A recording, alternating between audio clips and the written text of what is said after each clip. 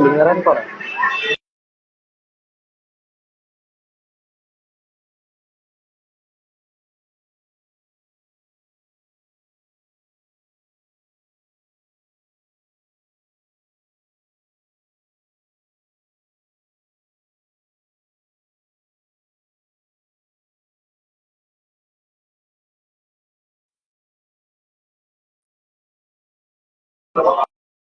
Halo, halo.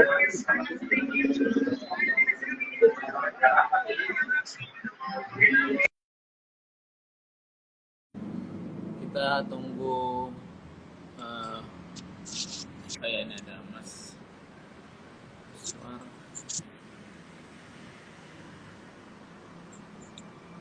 Kita nunggu Mas Mujadid dulu ya teman-teman. Tunggu sebentar.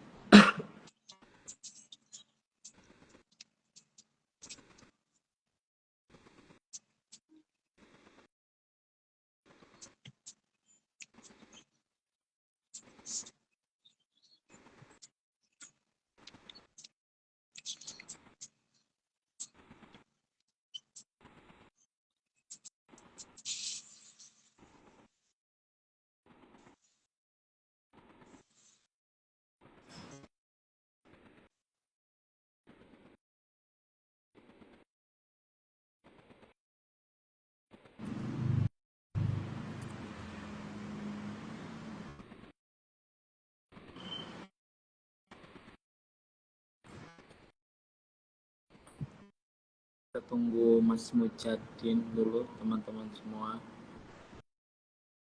Mas Mujadin masih belum bisa bergabung.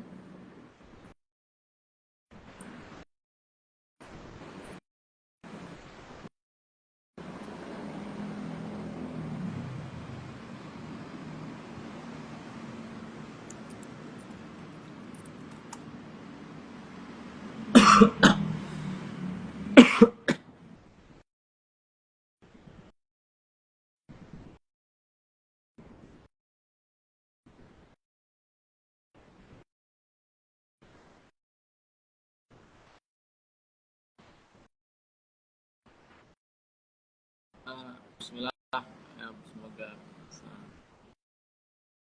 baca lagi plus ya besok. Siap. Kita sembari menunggu Mas Mujadin untuk bergabung di live Instagram saya.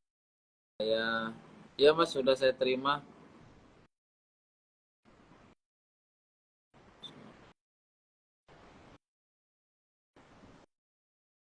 Sudah saya accept ini permintaannya untuk bergabung live. Ini tulisannya masih unable join.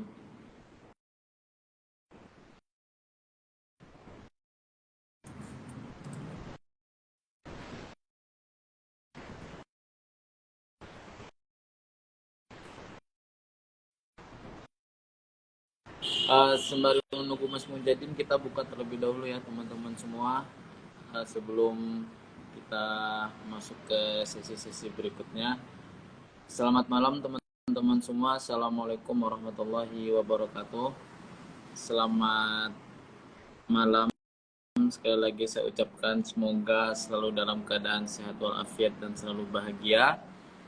Mengingat besok adalah tanggal merah, tanggal libur nasional lebih tepatnya, dikarenakan kita akan mengadakan pesta kembali ya teman-teman semua, pesta event 5 tahunan yang kemarin sudah sempat juga kita laksanakan, tapi konteksnya lebih luas.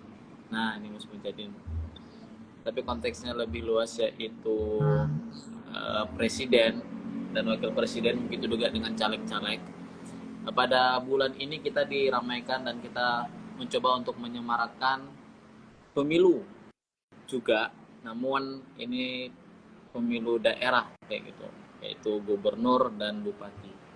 Nah, event ini juga tidak kalah menarik ya. Di beberapa tempat mungkin banyak sekali isu yang hangat, seperti di Jakarta mungkin, atau di Sumatera Utara, tak lepas juga di Jawa Tengah dan di Sulawesi Barat. Nah, teman-teman semua, pada malam hari ini kita sudah kedatangan dua tamu spesial, dua narasumber yang juga lumayan berfokus terhadap daerahnya masing-masing gitu ya.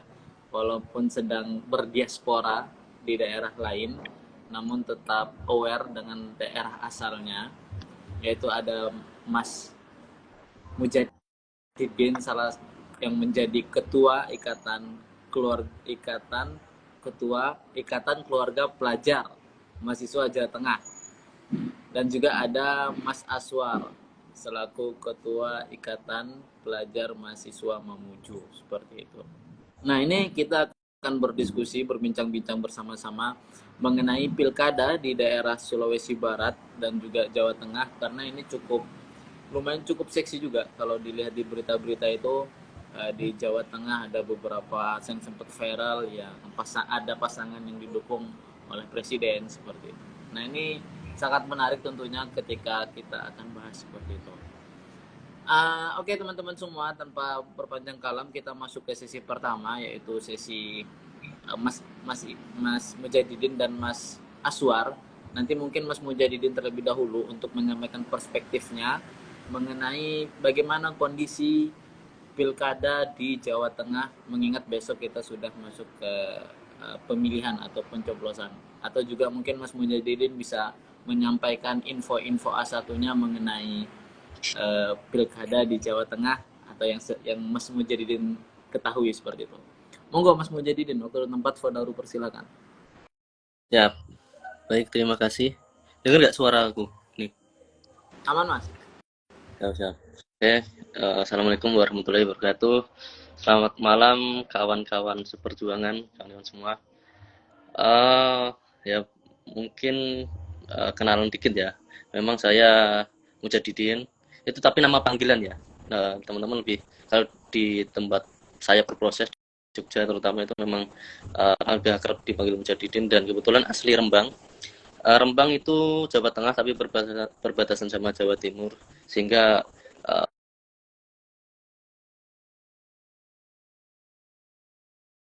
tanda tekannya oleh pemerintah Jawa Tengah seringkali kayak gitu.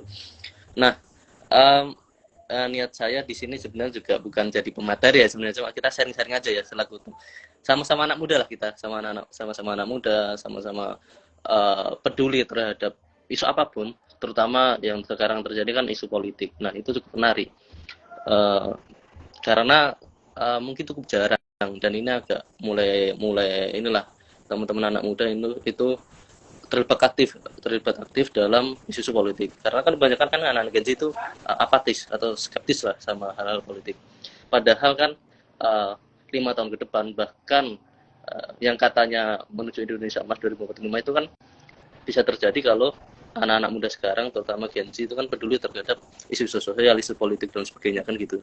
Nah, ini ya kan tadi ya niatku sharing. Ini mungkin sedikit cerita saja tentang kondisi politik atau menjelang pilkada yang terjadi di Jawa Tengah ya. Karena Jawa Tengah itu kan saya kira sekarang akhir-akhir ini lah seksi setelah Jakarta.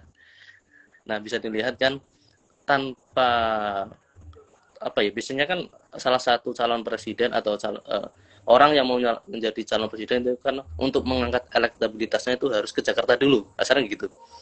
Contoh ya Pak Jokowi lah, contoh itu kan. Dulu kan sebelum menjadi presiden dan dia wali kota Solo dan berproses di Jakarta lah untuk mengangkat elektabilitas sehingga dikenal oleh masyarakat luas seluruh Indonesia.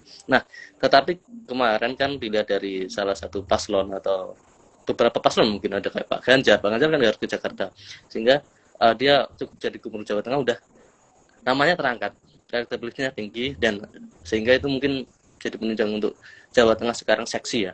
Kemudian juga Mas Gibran itu bahkan nggak jadi gubernur, cukup wali kota Solo, tapi sekarang udah terpilih jadi wakil presiden. Nah, makanya mungkin sekarang kalau karena aku orang Jawa Tengah ya, jadi kan kayaknya memang Jawa Tengah sekarang sering viral gitu. Apalagi kan salah satu paslon itu didukung oleh Kim Plus. Bahkan mantan presiden kita Pak Jokowi itu mengendorse penuh lah, kemarin bagi-bagi kaos, terjun langsung lah. Dia Dia nggak apa ya, nggak setelah pensiun nggak menikmati masa pensiunnya, tapi masih masih turun ke basis. Nah, mungkin ya gitulah untuk menekuk kandang banteng. Kan Jateng terkenal kandang banteng.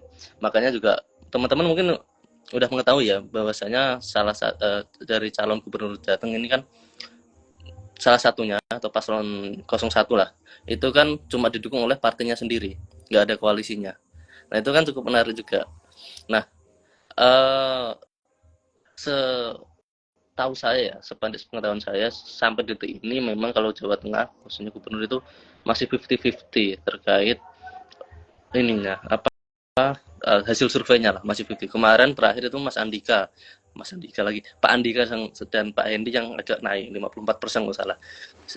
Cuma kan kalian teman-teman tahu sendiri lah ya, masa pemenang pilpres kalah kan gitu kan. Jadi kan ini juga habis-habisan gitu loh. Tapi sepandai pengetahuan saya juga, kenapa sekarang Jateng agak solid ya, terutama kan kenapa kok Pak Andika sama Mas Hendi itu cukup satu partai tapi elektabilitas terakhir kemarin naik secara survei itu, mungkin juga salah satunya karena evaluasi dari tim partai. Ya ini sharing aja ya, setahu itu evaluasi dari tim partai melihat dari pas Februari kemarin di Pilpres kan Pak Ganjar itu anjlok suaranya, terutama di Jateng, kalah. Nah, padahal dari calegnya, dari legislatifnya itu partai menang, PDI kan, tertinggi lah se Indonesia. Nah, tapi kenapa kok secara eksekutif presiden itu kalah? Nah, itu kan jadi evaluasi teman-teman, mungkin tim partainya PDI, internal PDI, sehingga setahu saya pas momen pilkada ini, tim partai itu memfokuskan bikin gerakan atau merawat teman-teman basisnya, basis partai PDI sendiri. Tidak tidak apa ya, kurang begitu melirik relawan-relawan dari luar yang mau masuk untuk membantu dari pasangan 01 ya, Pak Andika dan Pak Hendi. Tapi kebalikannya, kalau Pak Ahmad Lutfi tahu memang membuka segala akses gitu, sehingga banyak apa ya, orang-orang atau lembaga-lembaga baru yang masuk, yang niatnya mungkin bantu atau niatnya mungkin ingin ya, teman-teman tahu sendiri lah kan, kalau pemilu atau pilkada kan namanya pesta, jadi banyak uang yang berhamburan kan gitu kan. Nah, mungkin setahuku seperti itu sih. Terus kemarin kan agak sedikit melihat di momen ketika apa namanya, debat pilgub itu, salah satu program unggulan dari pasangan calon nomor urut 2 itu agak bagus, yaitu satu desa satu sarjana. Mungkin itu juga program lama ya, cuma itu kan menjadi janji dan menjadi program unggulan salah satu calon itu. Nah, kemudian yang menjadi menarik ialah untuk program unggulannya Pak Andika Hendi, salah satunya ini ya, salah satunya yang saya tahu itu program internet gratis satu desa. Jadi memperatakan internet gitu loh untuk di desa-desa. Itu kan kalau nggak salah ingat itu juga programnya Pak Ganjar ketika Pak Ganjar mau nyalon jadi presiden. Nah, ya ya teman-teman mungkin tahu ya. Ini sebenarnya kalau kalau sepengetahuanku, sepemahamanku itu juga di Jateng ini adalah secara nggak langsung kayak kalau Jateng ini kalah tim plusnya itu akan bahaya untuk koalisi Indonesia Maju sekarang gitu, sehingga mungkin juga dari Kim Plus jor-joran ya untuk gimana caranya memenangkan Jateng gitu, karena memang kalau Jateng ini bantengnya bisa ditekuk, ya itu juga dari jadi titik akhir lah dari pada partai PDI gitu. Mungkin itu dulu sih, ini kan sharing ya, nanti monggo kalau Siap. Kalau Mas Mujahidin, kalau melihat situasi di Jawa Tengah dari mahasiswa dan angka rumputnya juga, itu kecenderungan mereka itu melihat calon itu dari segi mananya menurut Mas Mujahidin? Apakah seperti kalau kemarin itu kan akar rumput lebih senang sama yang berlabelkan gemoy, kemudian oke gas hingga 58% pun didapatkan seperti itu. Nah, kalau di Jawa Tengah sendiri kondisinya seperti apa, Mas? oh ya, kalau terutama untuk teman-teman mahasiswa atau aktivis lah kasarannya, itu memang lebih cenderung tertarik sama pasangan calon 01 karena dilihat dari debat pilkada itu gagasan dan apa yang disampaikan itu agak masuk kan gitu. Tapi untuk kalangan akar rumput jujur ya, kan mungkin juga Jawa Tengah juga banyak yang kasarannya anak-anak mudanya atau masyarakatnya pendidikan kelas bawah lah gitu, nggak mengenyam pendidikan tinggi kebanyakan. Jadi sehingga akar rumput untuk masyarakat Jawa Tengah itu juga suka sama pasangan yang 02. Kasarannya mereka suka sama hal-hal yang praktis seperti itu gitu kondisinya. Artinya memang kalangan, bisa dikatakan kalangan terpelajar, mahasiswa aktivis itu lebih cenderung kepada M01 ya, sedangkan akar rumput masih berada di 02. Sebelum beranjak ke Mas Aswar, pertanyaan terakhir Mas Mujahidin di sesi pertama ini, masalah strategis yang menurut Mas Mujahidin harus diselesaikan di Jawa Tengah itu apa? Isu pendidikan sama pekerjaan, lapangan pekerjaan. Jadi kan ya itu kita bilang tadi, masyarakat Jawa Tengah banyak yang belum bisa mengemban pendidikan tinggi lah, atau belum bisa menikmati fasilitas pendidikan tinggi, sehingga memang Pemprov harapannya harus lebih fokus terhadap hal itu, terutama kan ini yang dirasakan oleh teman-teman perantau lah. Untuk teman-teman perantau juga yang sedang berproses di dunia perkuliahan, itu juga ini yang tak rasakan ya, mungkin ini juga salah satu aspirasi dari teman-teman mahasiswa Jawa Tengah yang ada di Jogja, itu kurang terayomi, kurang terfasilitasi, dan belum ada salah satu penjembatan lah, gimana aspirasi-aspirasi atau suara-suara dari teman-teman mahasiswa Jawa Tengah yang ada di Jogja itu belum tersampaikan dengan baik oleh Pemprov Jateng seperti itu. Contoh kecil, ya kalau di Jogja sendiri kan banyak asrama-asrama mahasiswa luar lah, terutama luar Jawa. Nah, untuk Jateng sendiri itu tidak tidak punya. Bahkan dulu sempat kita mengajukan itu karena alasan sepele, alasan dari Pemprov ya.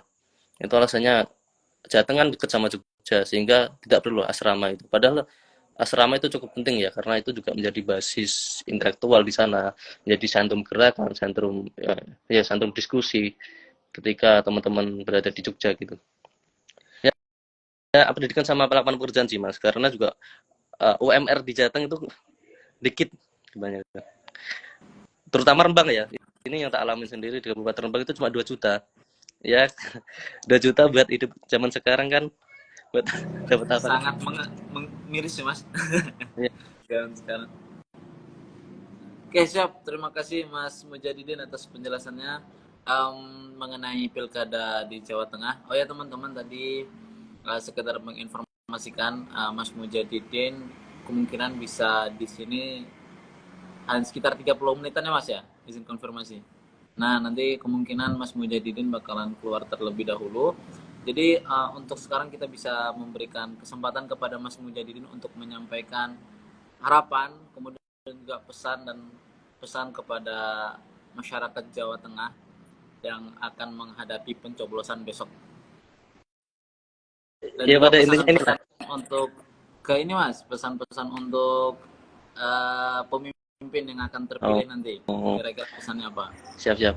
Kalau untuk masyarakat Jawa Tengah ini kan udah di-spill sama ini, ojo lali nyoblos ya sesuk gitu kan. Yang penting jangan golput lah. Karena suara dari masyarakat sekarang kan menentukan 5 tahun ke depan Jawa Tengah gimana kan gitu. Untuk harapannya lah ya, harapan untuk calon gubernur ketika jadi ya ini sih, harus gimana caranya terfokus terfokus sama isu-isu pendidikan lah, itu sih. Dan ini harapannya ya untuk teman-teman mahasiswa yang ada di rantau, mahasiswa Jawa Tengah ya, nah itu di Jogja atau Jakarta, itu untuk akses masuk ke Pemprov ketika mau menyuarakan aspirasinya lebih dikembangkan, itu lewat program-program apa ya, kayak mungkin apa kan Mas Gibran juga ada kan ini apa wapres atau apa itu loh yang aspirasi itu. Nah itu juga harapannya siapapun lah yang jadi di Jawa Tengah, gubernur yang jadi Jawa Tengah itu lebih apa mengayomi, lebih melihat lah, melirik teman-teman yang ada di rantau. Karena mahasiswa yang ada di rantau itu kan apalagi kalau ada perkumpulan itu kan mereka punya etikat baik untuk punya niat lah kasarnya, punya niat untuk gimana kembali ke Jawa Tengah dan membangun Jawa Tengah ke depannya gitu. Siap. Semoga didengar sama ketiga paslon yang insya Allah bakal menang. Kalau terakhir banget nih Mas Mujadidin, terakhir. Siap. Kecenderungan Mas Mujadidin. Cenderungnya antara tiga paslon ini yang mana nih ya kira-kira? Pakai simbol aja, pakai simbol Ya, atau gimana gitu. ya. Ini Mas, kalau teman-teman yang di sini tahu salah satu paslon itu ada yang dari Rembang. Ya, jadi Rembang. tahu lah. Kan saya hasil Rembang juga. Jadi ya, ya. Siap. Oke, siap. Terima kasih banyak Mas Mujadidin. Kalau misalnya Mas Mujadidin mau live, mau keluar terlebih dahulu juga tidak masalah, karena banyak yang sudah Mas Mujadidin sampaikan mengenai kondisi lapangan yang ada di sana. Nanti harapannya semoga Mas Mujadidin masih bisa di sini lah ya untuk kita berdiskusi sebentar sedikit mengenai beberapa topik nanti. Tapi kalau misalnya Mas Mujadidin mau live terlebih dahulu juga tidak masalah. Terima kasih banyak Mas Mujadidin. Kita lanjut ke Pilkada Sulawesi Barat, dan ini juga cukup hangat, tetapi kemungkinan besar di masyarakat umum kurang aware terhadap Sulawesi Barat karena mungkin kurang ter-up dengan media massa, kemudian juga kalah pamor dengan yang ada di Jakarta mungkin ya, dan lain-lain seperti itu. Padahal Sulawesi Barat ini menjadi salah satu tempat yang sumber daya alamnya itu sangat kaya seperti itu. Dan ini tentu harus dimanfaatkan oleh pemerintah daerah sana. Nah, kita akan masuk ke sesi pilkada di Sulawesi Barat kepada Mas Aswar selaku Ketua Ikatan Pelajar Mahasiswa Mamuju di Sulawesi Barat yang juga mempunyai konsen politik. Kami juga sering berdiskusi mengenai perpolitikan di Indonesia salah satunya. Kepada Mas Aswar dipersilakan. Ya, baik. Suara saya kedengaran? Aman. Ya. Assalamualaikum warahmatullahi wabarakatuh. Assalamualaikum. Baik. Rabbi syarah sadri wa yassir amri wahlul 'uqdatam min lisani. Yang saya hormati Mas Fatan, Mas Mujahidin. Sebentar lagi Mas pemilihan ketua baru ya IKPMDI nasional ya. Mas Sultan dan seluruh hadirin yang hadir diskusi pada malam hari ini. Kalau kita mau bahas terkait dengan Pilkada Sulawesi Barat, tidak seseksi kita membahas provinsi lainnya seperti kayak Pulau Jawa, di Jakarta mungkin, di Jawa Tengah, Jawa Barat, atau Jawa Timur. Karena memang Sulawesi Barat ini kalau tidak salah baru mekar dari Sulawesi Selatan itu 20 tahun, 2004 kemarin. Sehingga agak kurang seksi lah dibandingkan dengan provinsi lain. Kalau kita lihat proses pemilihan pilkada tahun ini memang agak gemuk gitu. Beda dari tahun-tahun sebelumnya di 2009, di 2014, dan di 2017 agak hanya ada 2 calon. Tahun ini memang agak gemuk, 4 calon, dan rata-rata yang nyalon itu adalah pemain yang lama, ikut mencalonkan kembali. Mungkin ada calon bupati, ada calon wakil bupati, dan calon wakil gubernur. Bahkan ada mantan rektor di salah satu kampus terbaik di Indonesia Timur. Nah, kalau kita melihat Sulawesi Barat sendiri, sebenarnya dari kita lihat ya informasi-informasi, karena saya juga sebenarnya hari ini masih ada di Yogyakarta. Kemungkinan besar saya bakal golput. Memang akses ke Sulawesi Barat itu agak lumayan terbatas gitu, pakai mobil dan pesawat juga harus transit di Sulawesi Selatan Makassar. Bisalah melanjutkan pesawat ke sana kalau nyewa lagi. Nggak kayak ke Jakarta atau ke tempat lain ya, yang langsung pesawatnya. Kalau ke Mamuju, Sulawesi Barat, itu memang agak terbatas. Jadi kalau di Sulawesi Barat memang ada 4 calon dan rata-rata memang pemain politik, dan yang paling seksi saat ini saya lihat ini adalah mantan rektornya. Di mana mantan rektornya adalah rektor yang lumayan cukup ini ya, mempersiapkan matang gitu untuk mencalonkan sebagai calon gubernur, karena dari 4 tahun awal sebelum mencalon itu sudah sudah memulai politik kampanyenya. Caranya di Sulawesi Selatan kan ada UNM sebagai tempatnya beliau berkarir. Nah, selama 4 tahun saat beliau menjadi rektor, itu sudah mengutus mahasiswa UNM ber-KKN di seluruh wilayah di Sulawesi Barat. Jadi dari cabangnya Sulawesi ujung sampai ujung itu tempati ber-KKN. Itu sekitar 4 tahun dan sekitar 20.000 titik itu di 2.000 titik ditempatkan di Sulawesi Barat. Nah, tahun ini memang programnya yang kami lihat ada 3 aspek yang menjadi titik fokusnya calon. Yang pertama adalah penyangga IKN, karena di Sulawesi yang paling dekat dengan IKN, ibu kota negara, adalah Sulawesi Barat. Misalnya kalau dari Sulawesi Tengah mau mengekspor barangnya itu tentu melalui daerah Sulawesi Barat, atau dari Sulawesi Selatan, dari Sulawesi Tenggara itu melalui Sulawesi Barat. Sehingga program yang kami lihat dari diskusi bahkan debat yang diperlihatkan oleh 4 calon ini memang fokusnya di IKN. Dari 116.000 sekian gitu jumlah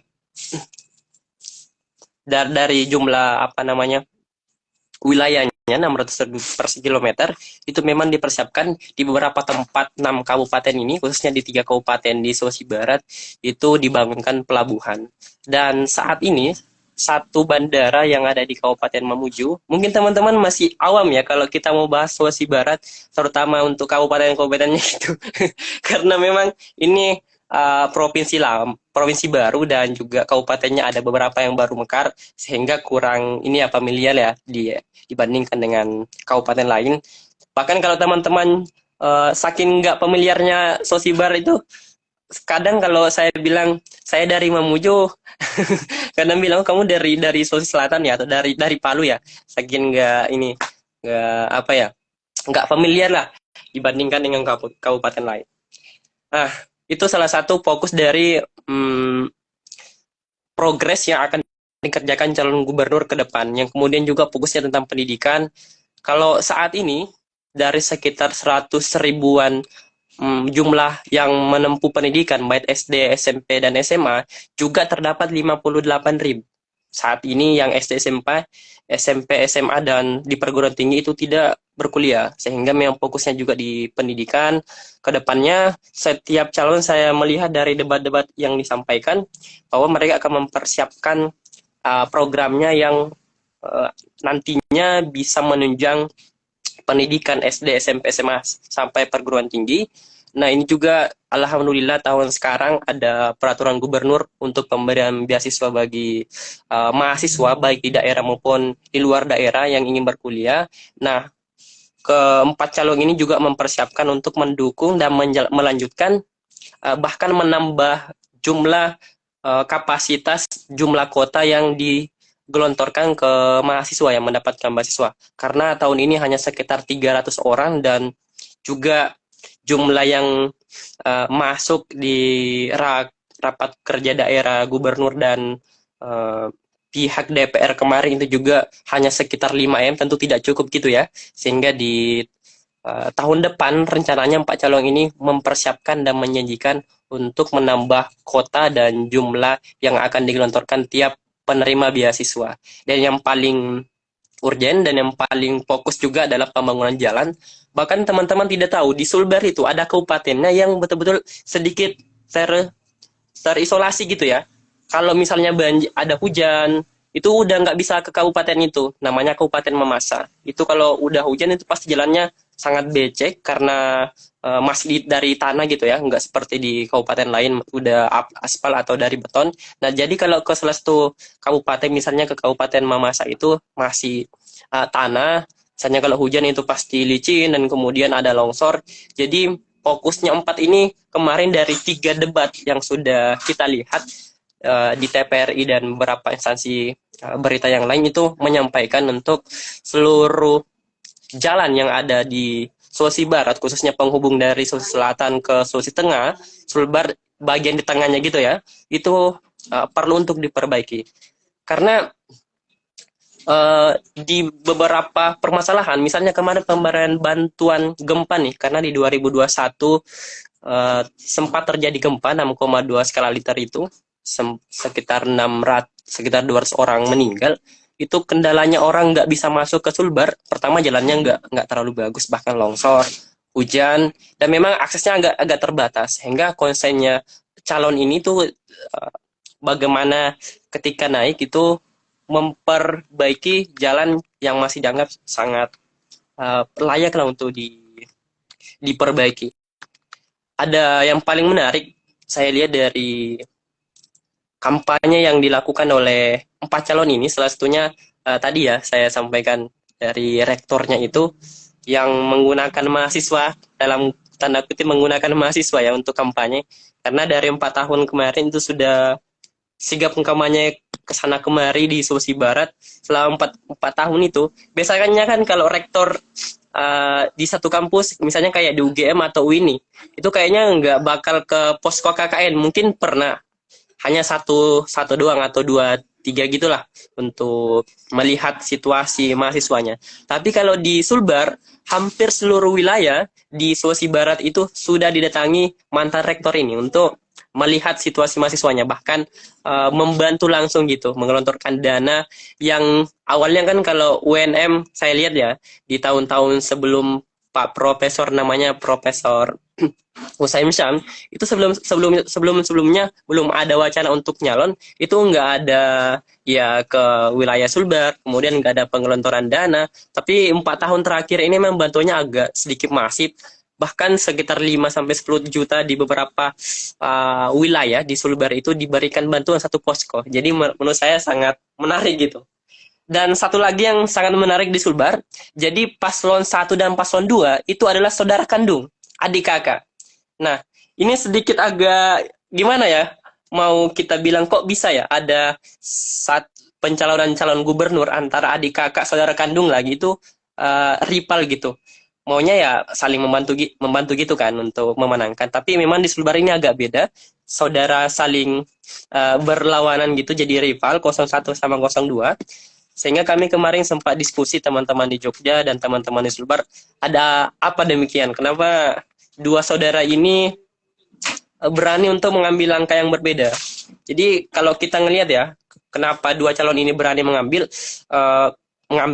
pilihan untuk berbeda arah, misalnya satu menjadi calon gubernur 01 dan 02, karena memang di Sulbar itu kan kabupatennya hanya 6, dan untuk pemetaan politik jumlah suara, basis suara itu sangat mudah untuk dipetakan. Beda mungkin dari Jawa Tengah yang tadi dijelaskan oleh Mas Mujahidin ya, ada beberapa kabupaten yang bermain gitu. Tapi kalau di Sulbar, kalau kita lihat 6 kabupaten ini udah bisa dipetakan. Misalnya 01, oh ini kabupatennya paling tidak kayaknya basis masanya di sana, 02 juga di sana, dan 03 juga di kabupaten mana. Itu kita ngelihat di sana. Sehingga pembacaan kami di Sulbar ini, alasan kenapa 0102 saudara ini nyalon memang karena ingin mengamankan kabupatennya. Karena di paslon 03 itu juga berasal dari kabupaten yang sama. Sehingga kalau memang bukan niatnya untuk mengamankan basis, tentu pihak 0102 ini saudara ini pasti sama gitu kan nyalonnya. Mungkin ya saudaranya kakaknya ini jadi gubernur dan adiknya sebagai calon wakil gubernur. Tapi memang tidak seperti itu. Bahkan 01 ngambil dari kabupaten lain, 02 juga ngambil dari kabupaten yang lain yang berbeda gitu. Sehingga dari hasil beberapa lembaga survei gitu yang kami lihat, mulai dari LSI, dari Poltreking atau lembaga-lembaga survei yang lain, memang dari hasil atau cara yang dilakukan sebagai bentuk kampanye 01 dan 02 ini memang cukup efektif gitu. Karena dari beberapa lembaga survei ini kayaknya bakal menang lagi. Di 02 ini adalah petahana gitu, teman-teman. Sempat menjadi gubernur Sulawesi Barat 2017 sampai 2021 dan bakal mencalonkan lagi. Jadi saya melihat memang agak seksi gitu. Kalau kita membaca, tapi enggak seksi gubernur yang lainnya, calon gubernur yang lainnya, karena memang Sulbar ini sebagai sebagai kota yang baru dan provinsi yang baru. Mungkin selebihnya kita bakal diskusi di sesi selanjutnya. Barangkali teman-teman ada yang ingin menyampaikan pertanyaan gitu ya. Terima kasih Mas Aswar. Ini cukup menarik ya Sulawesi Barat ini. Saya baru terperangah betul melihat ternyata pasangan kakak adik ini berlawanan di pilkada gitu. Dan apa yang sudah disampaikan sama Mas Aswar juga ini membuka pandangan mengenai ada beberapa jalan infrastruktur jalan yang masih perlu diperbaiki, kemudian mengenai kualitas pendidikan juga, dan bagaimana memberikan influence terhadap provinsi Sulawesi Barat itu sendiri juga seperti itu.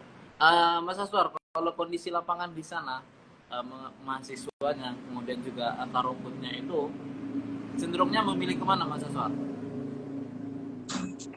Ya, untuk saat ini kita lihat ya, kalau untuk dari mahasiswa Sulbar yang ada di Jogja ya, sekitar 900 orang mahasiswa Sulbar di Jogja dipastikan akan golput. Ya, tidak mungkin bakal ke Sulbar gitu ya untuk memilih, karena perjalanan agak jauh. Misalnya kalau naik pesawat 1,9 juta, kalau naik kapal sekitar 900.000. Jadi tidak memungkinkan untuk memilih, apalagi sekarang proses masih aktif-aktifnya mahasiswa berkuliah.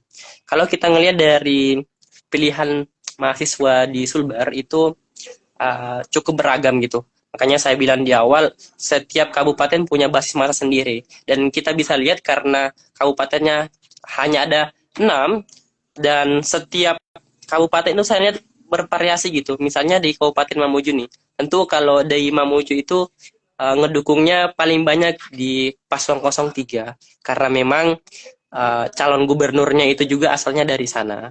Kalau kita ngelihat dari kabupaten lain, itu kayak pengamanan massa baik dari orang tua, orang muda itu seperti itu. Jadi udah bisa tergambarkan sih. Jadi petak politik yang ada di Sulbar itu gimana, misalnya gini, pihak 03 itu gimana bisa mengambil suara dari kabupaten lain. Kalau setiap kabupaten kayaknya 80% per calon itu kalau udah sekarang ya ngeliat dari super surveinya itu pasti bakal dimenangkan, bahkan 90%. Sehingga saya ngelihat memang tidak ada ini ya, kayak polling yang bisa mengatakan kalau 01, 02, 03, dan 04 itu ada pemenang di antaranya. Memang semuanya masih punya potensi untuk menang, dan kita lihat besoklah sebagai penentunya. Tapi kalau dari kami, ngelihat dari pembacaan selama ini, memang kami berdiskusi sama teman-teman di Sulbar, teman-teman di Jogja juga, itu hanya ada 2 yang bisa ini, yang bakal memiliki suara terbanyak di 4 calon gubernur, itu paslon 02 dan 03, karena 02 ini adalah mantan gubernur sebagai petahana gitu ya. Yang ketiga juga paslon 03 ini adalah anggota DPR RI Komisi 4, dan memang kemarin pada saat beliau menjadi anggota DPR RI di Komisi 4 sangat banyak menggelontorkan bantuan ke pertanian, ke perikanan, bahkan seluruh kabupaten kalau nggak salah itu beberapa ribu alat tangkap seperti jerat harimau itu banyak digelontorkan oleh beliau sebagai aspirasi beliau, dan juga bantuan-bantuan di pertanian seperti jagung, bibit kelapa sawit itu banyak diaspirasikan oleh 03 ini. Sehingga kalau pembacaan kami memang 03 dan 02 banyak pemuda yang memilih, karena mulai dari top rekor sebagai seorang pemimpin dan kemudian kedekatannya kepada anak muda, bahkan beberapa sesi memang beliau menyempatkan waktu untuk berdiskusi dengan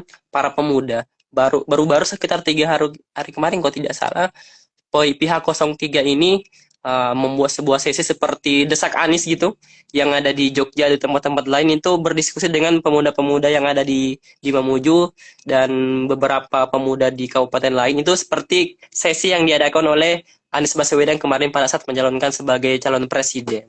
Sehingga memang kalau lagi-lagi sampaikan kayaknya banyak pemuda yang pilih 03 sih Mas. Oke, siap. Terima kasih Mas Aswar. Sebelum saya masuk ke pertanyaan lebih personal mengenai kecenderungan Mas Aswar walaupun golput ya, kita masuk ke Mas Sultan terlebih dahulu. Bagaimana pandangan Mas Sultan mengenai pilkada di Jawa Tengah? Posisi Bung Sultan juga sekarang kayaknya lagi di mana saya juga nggak tahu. Dan pandangan Mas Sultan mengenai pilkada Sulawesi Barat setelah apa yang disampaikan oleh dua narasumber yang luar biasa ini. Iya, kedengeran ya? Kedengeran ya? Aman-aman. Kalau ada berisik sedikit. Oke, oke.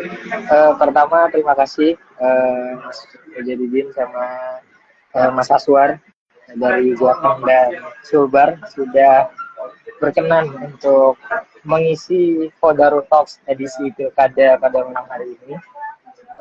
Yang kedua adalah soal Jawa Tengah ini kebetulan sekarang juga lagi di Jawa Tengah. Adalah di salah satu kabupaten dan kebetulan Pilpres kemarin juga berkeliling hampir setengah dari Jawa Tengah udah tak sambangi gitu. Soal pilkada di Jawa Tengah ini kan ya tadi ya seperti yang disebut oleh Mas Mujadidin bahwa sama seksinya dengan pilkada-pilkada di Jakarta, di Sumut, karena pertama dia adalah salah satu daerah dengan populasi pemilih terbesar setelah Jawa Barat atau Sumut kalau nggak salah. Yang kedua adalah yang ikut serta dalam pertarungan ini itu bukan hanya sekedar tokoh-tokoh lokal gitu, tapi ketua-ketua partai, presiden, mantan presiden gitu. Sehingga menjadi menarik gitu. Karena tadi ya juga ada cerita tentang rivalitas antara Cimplos, PD Perjuangan misalnya. Nah, itu jadi poin tersendiri kenapa kemudian Jawa Tengah ini seksi untuk kemudian dibahas gitu. Bahkan berikutnya lagi calonnya juga dari dua ini satu mantan polisi, mantan Kapolda, Jenderal Bintang 2. Nah, satu mantan Panglima TNI gitu, Jenderal Bintang 4 gitu. Jadi wajar-wajar aja gitu ketika rivalitasnya terbentuk mulai dari Kim Plus dengan PDI Perjuangan, ada lagi rivalitas dengan tes yang lain, polisi dengan tentara gitu. Nah, itu menambah seksinya Jawa Tengah ini gitu. Tapi terlepas dari semua pertarungan praktis itu gitu ya. Yang perlu kita lihat kan sejauh mana dua paslon ini kemudian menawarkan gagasannya terhadap Jawa Tengah. Kalau Jawa Tengah kan seperti yang disebut Mas Mujadidin tadi, yang paling krusial itu kan ada soal pendidikan dan lapangan kerja. Kalau saya meng-highlight-nya jadi satu poin aja. Jawa Tengah itu masalah paling krusialnya soal kemiskinan. Daerah luas, kemudian potensi banyak, masyarakat juga banyak, tapi ternyata tingkat kemiskinannya itu tinggi banget gitu. Nah, ini yang jadi PR, pekerjaan rumah bagi pemimpin-pemimpin yang ingin menyatakan dirinya layak untuk Jawa Tengah itu untuk kemudian menawarkan gagasan keberpihakan. Kalau soal keberpihakan masing-masing lah ya gitu ya. Kalau dari dua calon ini kan ya masing-masing mungkin punya program gitu tentang pengentasan kemiskinan ini. Tapi yang paling penting adalah bagaimana kearifan lokal bisa jadi salah satu tools bagi para pemimpin. Jadi kan kalau Jawa Tengah ini sama kayak Jogja gitu, kultur budaya masyarakatnya itu kurang lebih sama-sama Mataraman istilahnya itu secara antropologis ya. Nah, sehingga banyak sekali kearifan lokal budaya Jawa itu yang sebenarnya bisa dimanfaatkan untuk pengentasan kemiskinan gitu. Nah, saya nggak tahu, kalau yang saya tahu dari Andika dan Hendy tahu lah ya, karena beberapa visi misinya soal pengentasan kemiskinan saya juga ikut diskusi di dalamnya gitu. Cuman yang paling penting itu bagaimana mewujudkannya gitu. Contohnya misalnya ya soal pertanian gitu. Nah, kemampuan untuk meng-create program kerja berbasis kearifan lokal dalam hal ini pengentasan kemiskinan itu kita perlukan gitu. Kita perlukan untuk apa? Ya itu bisa dengan mudah dilakukan karena tadi kearifan-kearifan lokal yang ada di Jawa Tengah itu bisa diamplifikasi sebagai alat pengentasan kemiskinan. Itu yang pertama ya, catatan untuk Jawa Tengah. Soal siapa nanti yang akan menang mungkin kita tunggu besok lah gitu ya. Itu kan nanti yang paling nah yang jadi masalahnya itu seksinya ini bukan soal visi misi calon gitu, yang jadi seksi kan rivalitasnya tadi gitu. Rivalitas polisi dengan TNI, rivalitas Pilpres dengan PDI gitu. Nah, dan ini banyak terjadi di berbagai daerah gitu. Nah, itu yang kita sayangkan sebenarnya dari pilkada kita di Indonesia ini gitu. Tapi ya itu sesuai lah dengan apa namanya gambaran yang ada hari ini tentang politik demokrasi kita di Indonesia gitu. Nah, kalau Sulawesi, terkait Sulawesi Barat, pertama literasi saya tentang Sulawesi Barat mungkin tadi ya sama, tidak banyak terupdate ke media sehingga ya itu orang juga nggak terlalu tahu Sulawesi Barat tuh dari huruf K Pulau Sulawesi itu lokasinya letaknya di mana gitu, orang bahkan nggak tahu gitu. Nah, tapi kalau soal Sulawesi saya sendiri punya ikatan ikatan Emosional. apa istilahnya ya?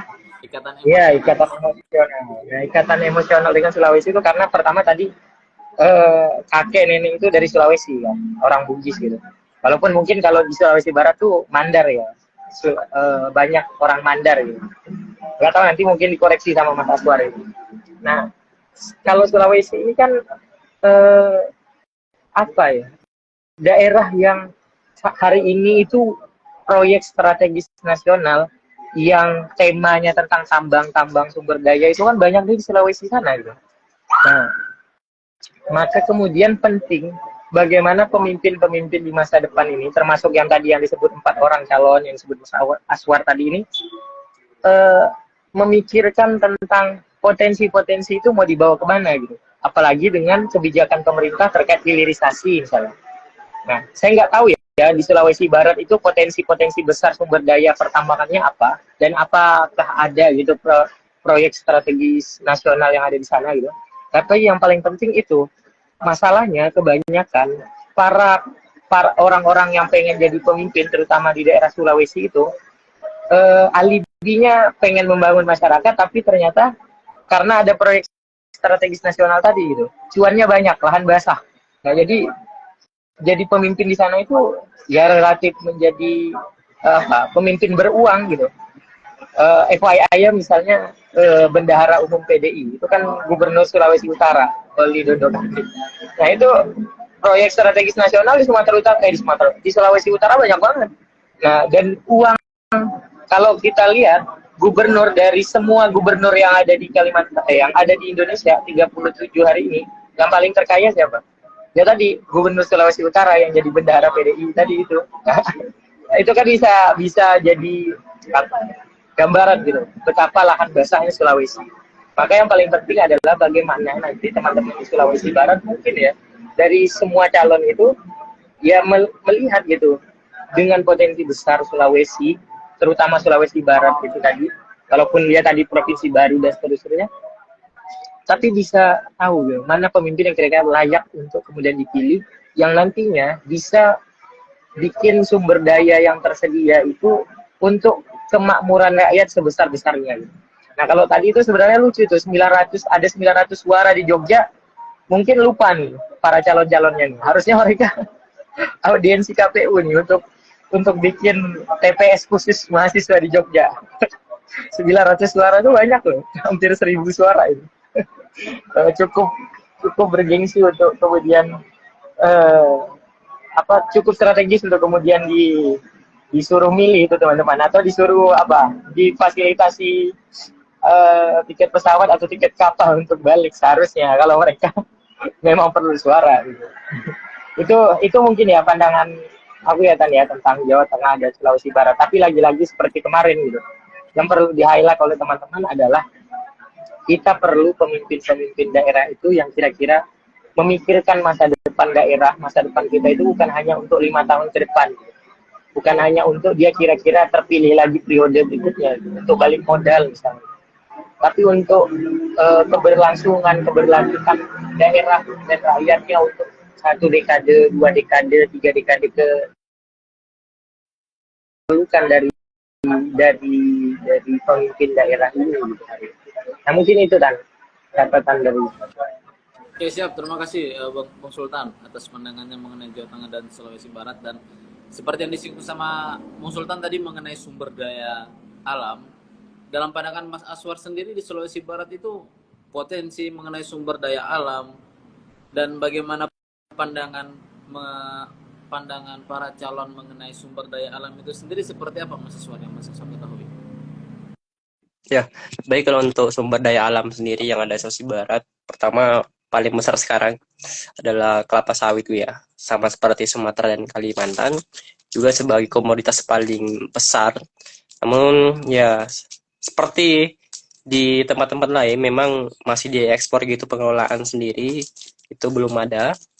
Dan juga baru-baru sekitar 1 tahun kemarin sempat ditemukan tambang batu bara tapi belum dikelola, juga tambang uranium itu memang belum fokusnya di sana, sehingga memang strategis terkait dengan bagaimana potensi sumber daya alam yang ada di Sulbar memang sangat banyak. Uraniumnya bahkan kalau tidak salah di 2017 kemarin sempat beberapa peneliti datang ke Sulbar melihat uranium terbesar di Indonesia sekarang ada di Sulbar, tepatnya di Kabupaten Mamuju. Juga batu bara terbesar kedua setelah Kalimantan sekarang ada di Sulawesi Barat. Tapi hari ini juga belum konsentrasinya ke sana karena melihat juga belum ada proses dikelola gitu ya sama pihak yang dianggap punya tanggung jawab atau yang diamanahkan oleh pemerintah. Dan saat ini memang hanya kelapa sawit dan komoditas kedua ada pisang.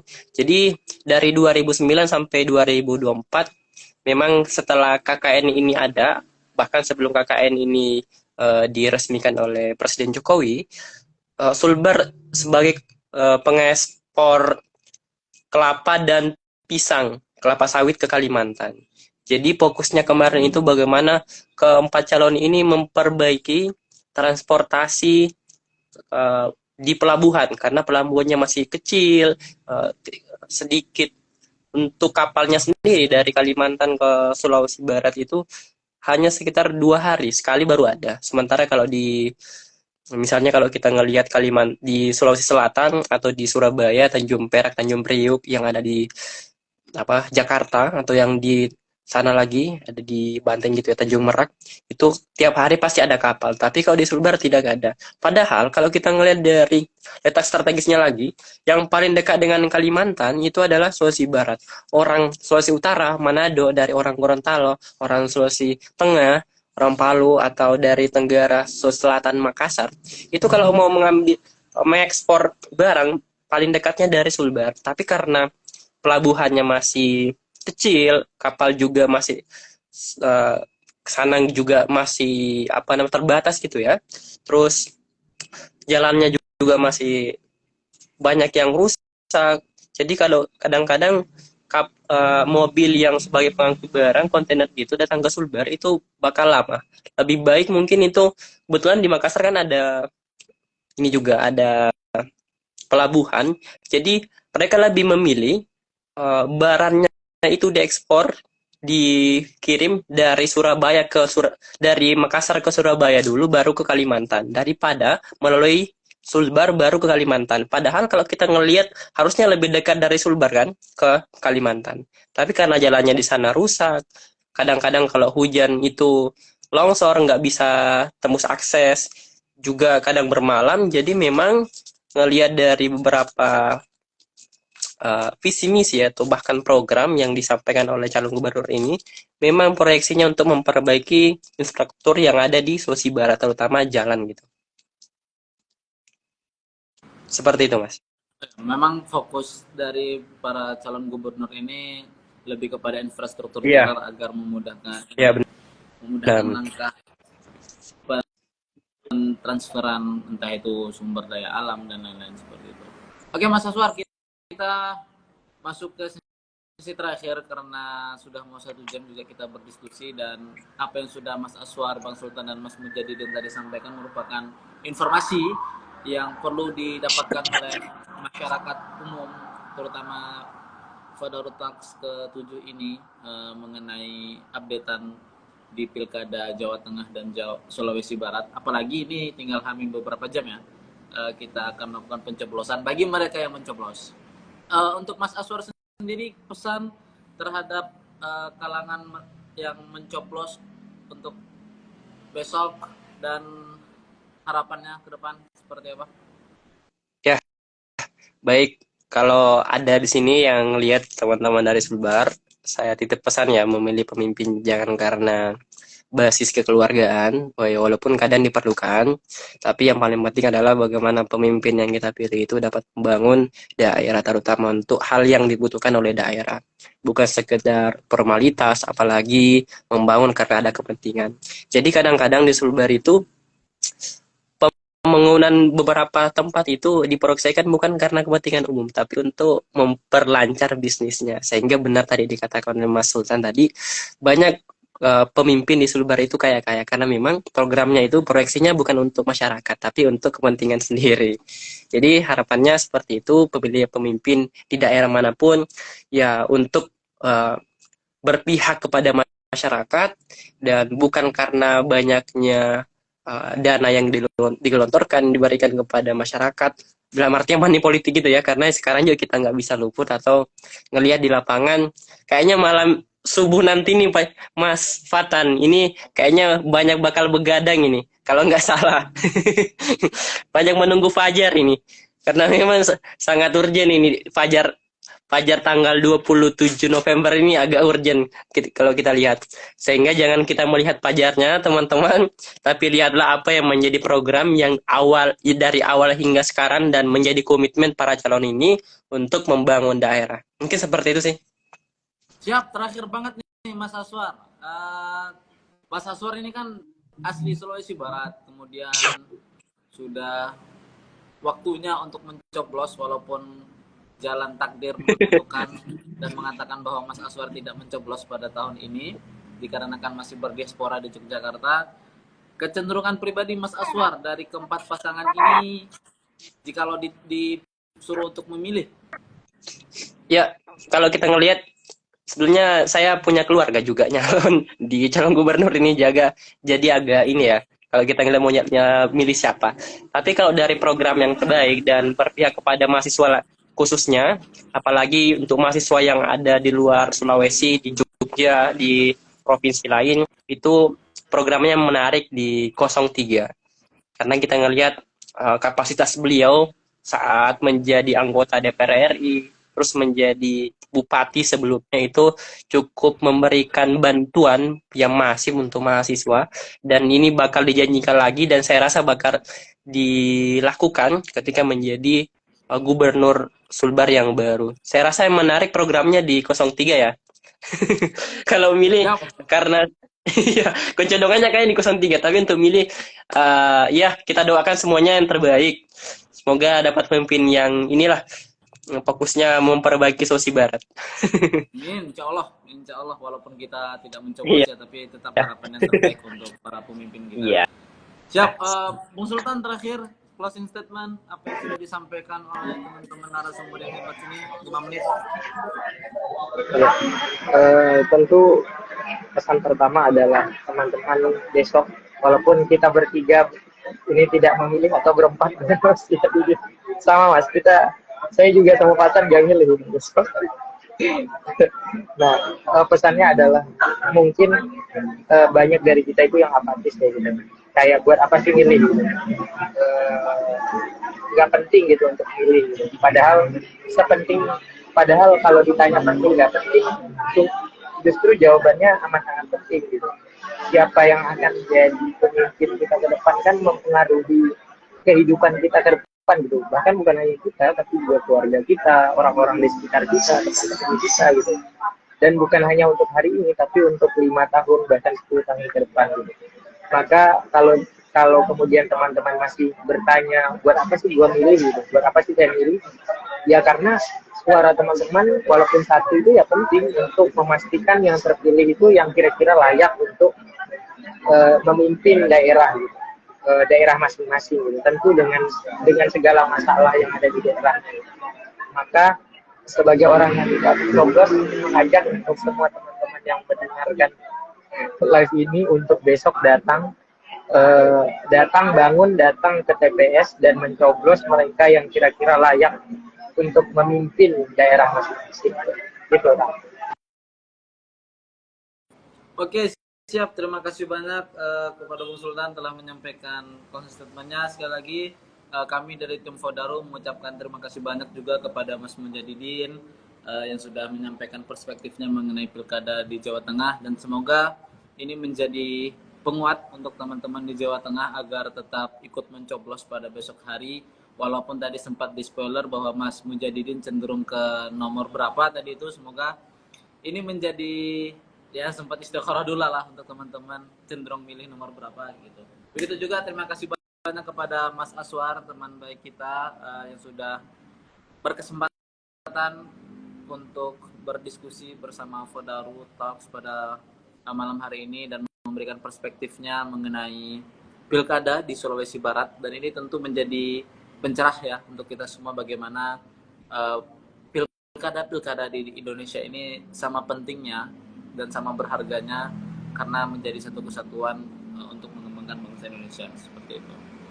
Oke, sekali lagi kami juga ucapkan terima kasih kepada teman-teman semua yang sudah hadir pada Fodaru Talk ke-7 malam hari ini yang membahas ke Jawa Tengah dan Sulawesi Barat. Insya Allah besok malam teman-teman semua bakalan kita lanjut, walaupun besok sudah masa pemilu ya, tapi kita tetap akan lanjut ke pembahasan Pilkada Talks, Fodaru Talks edisi Pilkada yang ketiga, berarti Fodaru Talks series ke-8 membahas Pilkada situasi di Jakarta dan di Banten. Nah ini sangat menarik ya, karena besok bisa jadi pengumuman relkonnya sudah keluar, kita baru bahas mengenai Jakarta, begitu juga dengan Banten, karena Jakarta ini sangat seksi kayak gitu. Insya pada besok malam kita akan bahas bersama orang yang cukup menarik juga seperti itu. Oke, saya ingin mengingatkan juga kepada teman-teman semua, insya Allah nanti dalam beberapa waktu ke depan akan ada apa, Bung Sultan? YPLC, Youth Political Leadership Camp. Young Political Leadership Camp yang akan diinisiasi oleh Fodaru, insya Allah dalam beberapa waktu ke depan. Mohon tunggu aja informasinya di Instagram Fodaru. Insya Allah akan dilaksanakan di Jakarta atau di Bandung atau di Yogyakarta. Oke, kita ucapkan terima kasih sekali lagi kepada teman-teman, kepada Mas Aswar, kepada Mas Mujadidin yang sudah hadir pada live Fodaru Talks pada malam hari ini. Semoga kita bisa berdiskusi langsung secara offline gitu ya teman-teman semua, agar mungkin topiknya lebih hangat gitu. Terima kasih banyak saya akhiri live pada malam hari ini. Saya ucapkan selamat beristirahat, selamat melanjutkan aktivitas, selamat malam. Kami dari tim Fodaru, assalamualaikum warahmatullahi wabarakatuh. Terima kasih Mas Aswar. Terima kasih Mas Aswar. Sehat ya. Kayaknya. Siap.